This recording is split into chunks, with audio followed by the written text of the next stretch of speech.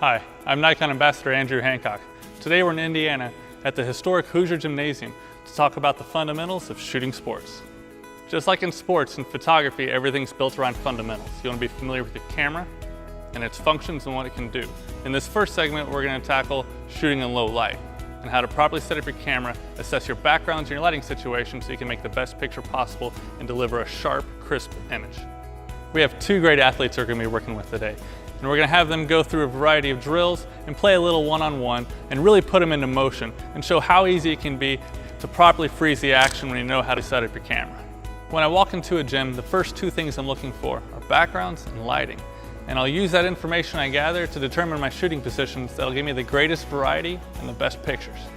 Today I'll have my cameras set up for continuous autofocus, and I'll be selecting a single point so I can accurately track my subjects as they move up and down the court and throughout the frame.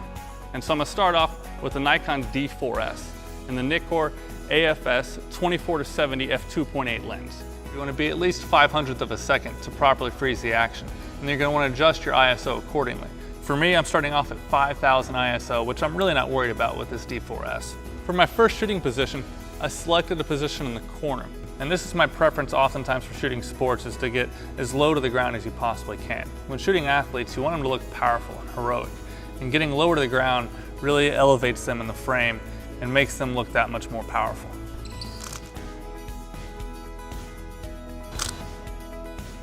I'm really glad I'm shooting raw here. These old lights color shift and you can really see it when you look through frame to frame. But shooting raw gives me a lot of latitude to easily correct that in post-production. So I've accomplished everything I needed from my first shooting position, so now I've moved to my second spot. Now this time I'm center baseline down court under the basket. The reason why I like this position is when shooting with the 7200mm lens, it allows me to really maximize the clean background that I have when I'm shooting down court. So hey, one more time. So this is what it looks like here, that's why I said, move those arms. When you use those arms, you get a lot of separation. That's the fundamentals of shooting action in a low light situation. We've got a facility with some great backgrounds and a really difficult lighting situation.